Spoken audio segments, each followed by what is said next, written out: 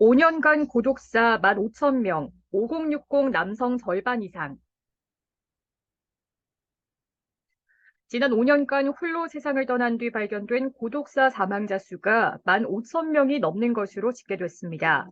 정부는 최근 5년간 고독사 발생 현황에 대한 분석을 바탕으로 고독사를 예방하기 위한 5개년 계획을 내년 초 발표할 방침입니다. 보건복지부가 14일 공성회를 열고 발표한 2022 고독사 실태조사에 따르면 최근 5년간 고독사 사망자 수는 매년 9%씩 증가 추세입니다. 2017년 2,412명에서 2018년 3,048명으로 늘며 3,000명을 돌파했습니다. 2019년 소폭 감소해 2,949명으로 내려왔지만 2020년 3,277명, 2021년 3,378명으로 다시 늘었습니다.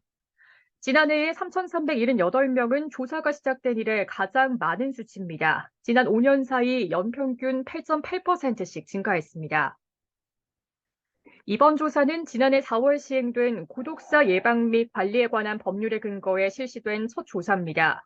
한국보건사회연구원이 경찰청으로부터 받은 자료를 분석하는 방식으로 진행됐습니다. 경제적 문제와 사회와의 단절, 1인 가구 증가 등 복합적 요인에 의해 갈수록 늘어난다고 추정되는 고독사 실태를 국가 차원에서 조사해 공식 통계를 낸 것은 이번이 처음입니다.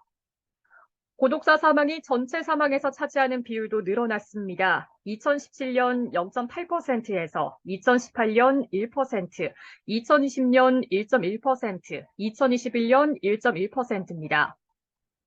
고독사 사망자 수는 남성이 여성에 비해 매년 4배 이상 많았습니다. 지난해에는 격차가 5.3배로 확대됐습니다. 전체 사망자 중 고독사가 차지하는 비중은 남성이 약 1.3%에서 1.6%, 여성은 약 0.3에서 0.4%로 나타났습니다. 최근 5년간 남성 고독사 사망자 연평균 증가율은 10%, 여성은 5.6%로 남성 고독사가 특히 가파르게 증가했습니다. 연령별로는 50대와 60대 고독사 비중이 매년 60% 안팎으로 높았습니다. 20대와 30대의 고독사 비중은 6.3%에서 8.4%로 나타났습니다. 전체 고독사 중 자살 사망 비중은 16.5에서 19.5%이며 연령이 어릴수록 자살로 인한 고독사가 많았습니다. 복지부는 5, 60대 남성에 대한 고독사 예방 서비스가 시급한 것으로 확인됐다며 건강관리와 가사노동에 익숙하지 못하며 실직과 이혼 등으로 삶의 만족도가 급격히 감소하는 연령대라고 설명했습니다. 청년층에 대한 고독사 예방 정책은 정신, 심리 지원 등 자살 예방 정책과 적극적으로 연계해 추진해야 한다고 분석했습니다.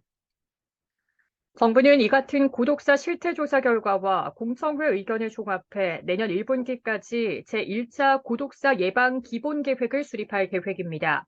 기본계획에는 향후 5년간의 고독사 예방 정책 추진 과제가 담길 전망입니다.